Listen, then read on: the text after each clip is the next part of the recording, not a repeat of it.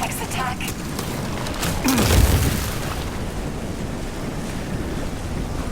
That's one hell of a blast. I definitely need one more Alyonka, or even 10 more. It's brought up constantly, but this bears repeating. This year, 2023, is absolutely stacked with critical and commercial hits, making releases like Mundfish's Atomic Heart seem like they came out ages ago. The developer is back though, delivering one of 4 paid story DLCs for its action RPG shooter in Annihilation Instinct. Rather than fixing fundamental flaws with the design, combat, or storytelling, it delivers new content. Not a whole lot of new content though, and even those who enjoyed Agent P3's uneven romp may find it hard to get on board with this oddly tame trip down the rabbit hole.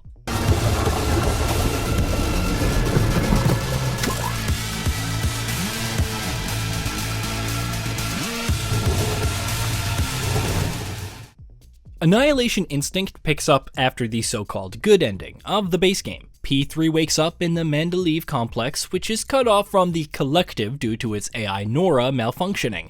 After escaping, players must locate Professor Lebedev and find a way to fix NORA. How did P3 end up in that complex in the first place? Don't worry about it. Why is NORA all lovey-dovey for him? It doesn't matter. Why is the writing still piling on tons of embarrassing dialogue? For all that's good in the world, please don't ask. If you disliked P3's ramblings in the first game, there isn't much enjoyment here. At the very least, there are some much needed answers about his past and some nuances to his interactions with NORA, as he tries to play nice while looking for ways to counteract her. Unfortunately, it falls flat due to the horrible innuendo, which is neither clever nor delivered well. It's hard to decipher what kind of tone Annihilation Instinct is going for, with these odd dollops of humor interspaced between existential crisis for both man and AI. It also doesn't help that the story feels overly contrived and wrote to the final. No spoilers, but seeing P3 waffle back and forth before committing to the mission felt tacked on for perhaps teasing some more alternate endings. Nevertheless, even if this ending is a response to how the base game concluded, it feels more like the setup to a new storyline while massive plot holes still remain. Oh, and Granny Xena also pops up now and again in her flying hut, but only to remind you that she's there and that P3 is a maggot. Riveting stuff. Annihilation Instinct isn't very long. There are 3 new areas: Freedom Park, the swamps, and the Mendeleev Complex. It does present a few new enemies and a new boss fight. The main quest, so to speak, is to locate 8 special BEADs to fix NORA. These are helpfully marked on the map, even if the waypoints are somewhat iffy.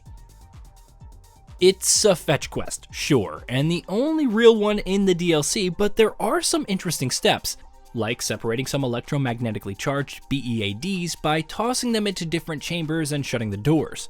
Otherwise, expect a lot of killing enemies and depositing the special BEADs into chutes. The BEAD are distinct enough, possessing different skills when separated and joined together. You're encouraged to break them apart using the new weapons like the Secateurs, a Gatling gun that builds up charge to unleash wave-based projectiles. It's good at piercing multiple targets, though the primary's fire damage can feel weak. The other new weapon is the Klusha, a double-bladed staff which can slash multiple times with light attacks and pierce with a heavy strike. Nothing too crazy, and it becomes decent enough when upgraded to have faster attack speed. Both weapons have blueprints for different parts to improve their performance and can be upgraded. As you deposit BEADs, you get weapons like the shotgun, handgun, and more, with their upgrades.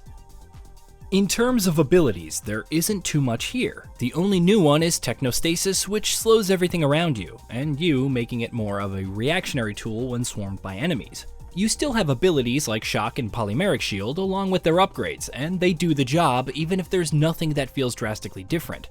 The same is also sadly true about combat. When you're facing a boss and reading its patterns, quickly dodging to the side to avoid its heavier attacks, it's fun. The same applies when dealing with smaller groups of enemies, as you chain lightning, engage with melee attacks, and switch to your firearms depending on the situation. Things quickly fall apart when tons of enemies simultaneously come at you, and combat quickly devolves into spraying with a Secatar or swinging the Klusha, spamming Technostasis and Shock continuously while avoiding being knocked down.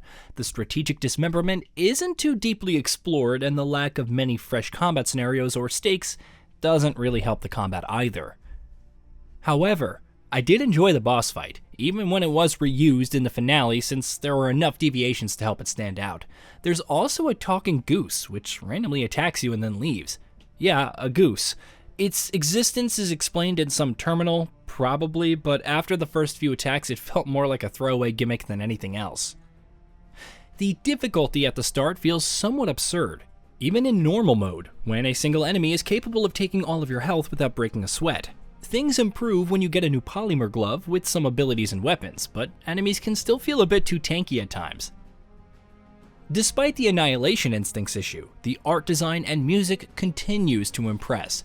The hanging walkways connecting the starting hotel rooms in Mendeleev Complex are incredible to behold, and it's a shame that they have no gameplay purpose afterwards. Despite how unintuitive the level design can sometimes feel, each area is chock full of detail, whether navigating Lebedev's tower in Freedom Park or examining the different signs. The animation on enemies, especially the BEADs, are also impressive. The soundtrack, which features a healthy mix of rock and techno, sometimes the former more so than the latter, with some classical music thrown in, also warrants a mention. It's not quite as memorable as the base game, but the music is good, if a bit ill-fitting at times. Do I need the background score to go super hard when fighting a whopping 2 enemies? No, not really, and hearing it end is just as awkward and weird. Unfortunately, as solid as the sound design can be, some bugs cause the audio to cut out. It occurred more than once, including in the ending cutscene, which was also low resolution and had a lower frame rate. Another bug saw P3 repeating an entire conversation with NORA after leaving the complex, which then cut into an incoming message from Lebedev. Enemy AI occasionally acts up, getting stuck on corners and containers, and there was a progress blocker, which necessitated restarting from a previous checkpoint. Performance can also suffer when exploring the swamps, with some pop-in also apparent. Nevertheless, there were no crashes or game-breaking bugs, at least on PS5. Annihilation Instinct is more Atomic Heart for those who want it, but even that would encompass only the most die-hard fans, and the prospects, they're not amazing. Maybe P3 will finally get some answers. Maybe Granny Xena will stop being angry at him. Maybe we get some spiffy-looking environments and nice new tunes. Either way, if this is the bar for DLC, I'm not exactly excited about what's to come. Hey, did you know that we at Gaming Bolt upload new videos every day? Stick around, drop a like, subscribe, and hit that bell. And let us know what kind of content you'd like to see in the future with a comment below.